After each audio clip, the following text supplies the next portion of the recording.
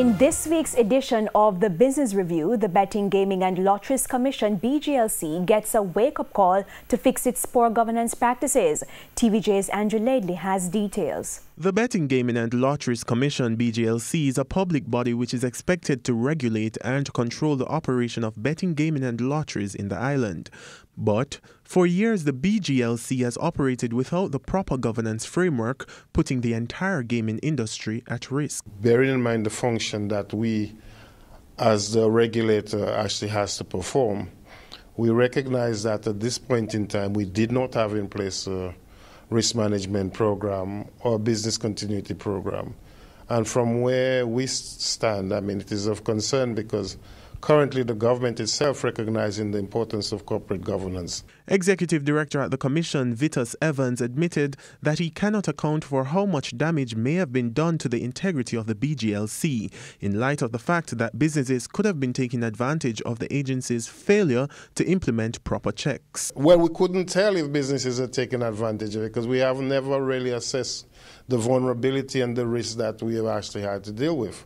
This particular exercise has actually enabled us to do that, and it will put us in a better position to ensure that we can actually deal with the vulnerabilities and mitigate again any of the risks that we face, having identified the assets that we are supposed to protect as an organization. In an effort to get in line, the entire management team at BGLC subjected themselves to training to shore up the Commission's corporate governance practices. So the focus of this was really to make sure that the Commission was able to better optimize itself to more reliably bring its services that so many other organizations depend upon.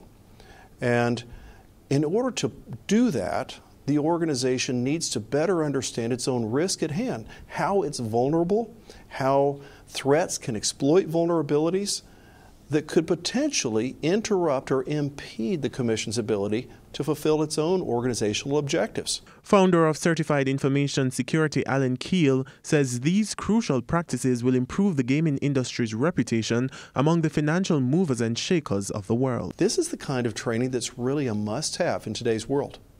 This is the kind of competence that other stakeholders like World Bank and International Monetary Fund expect a country to be able to embody and expect a country to be able to leverage, to be able to better manage the risk that go along with the funding risk that these organizations may have when they consider foreign investment into a country like Jamaica. The BGLC Executive Director admitted that the entity was a part of the government's Public Bodies Corporate Governance Award last year, but was only able to walk away with a certificate of participation because its governance structure was not up to standard.